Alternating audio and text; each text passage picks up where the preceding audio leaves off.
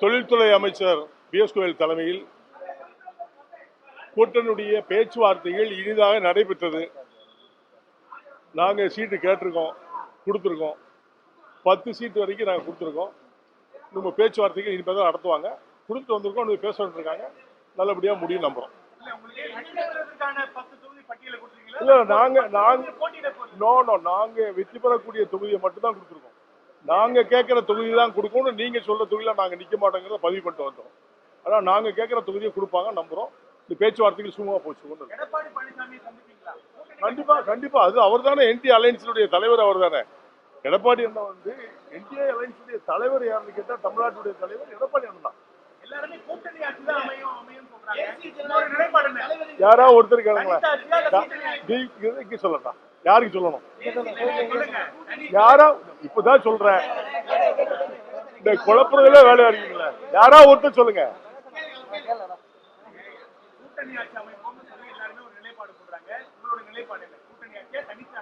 தேர்தல் நேரத்தில் முடிவு செய்யப்படும். இப்போ தேர்தலை பத்தி பேச்சுவார்த்தை நடந்துகிட்டு இருக்கு. கூட்டணியை பத்தியோ அதை பத்தி இப்ப சிந்திக்கவே இல்லை. வெற்றியை மட்டும் நோக்கி பயணம் பண்ணலாம்னு இருக்கும். அவ்வளவுதான்.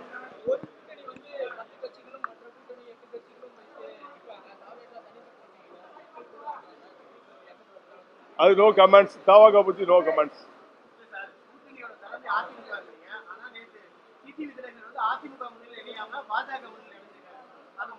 இல்ல பாஜக தலைமையில் அவர் இணைஞ்சாரு சொல்ல.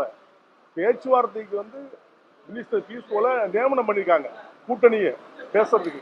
அதன் அடிப்படையில் அவர் பேசுறாரு. அவ்வளவுதான். மற்றபடி அதுல என்ன இருக்கு? பேச்சுவார்த்தை பண்றதுக்கு தான் பீஸ் வந்திருக்காங்க தவிர கூட்டணி என்னங்கிறது இனிமேதான் முடிவு எடுக்கும்.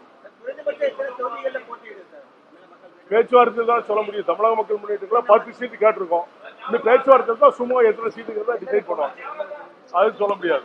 அது இப்ப சொல்ல மாட்டோம்.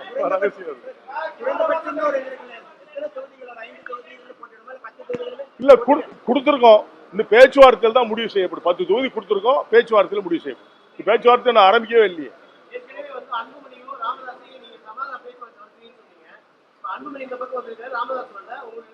அப்பா பிள்ளையும் சமானம் பண்ணதுல எனக்கு பெருமையா நினைக்கிறேன். அது அரசியலா நான் பார்க்கல. சரிங்களா? ரெண்டு பேரும் சமானமா இருக்கும்னு நான் விரும்புறேன். அதன் அடிப்படையில் நான் சொன்னேன்.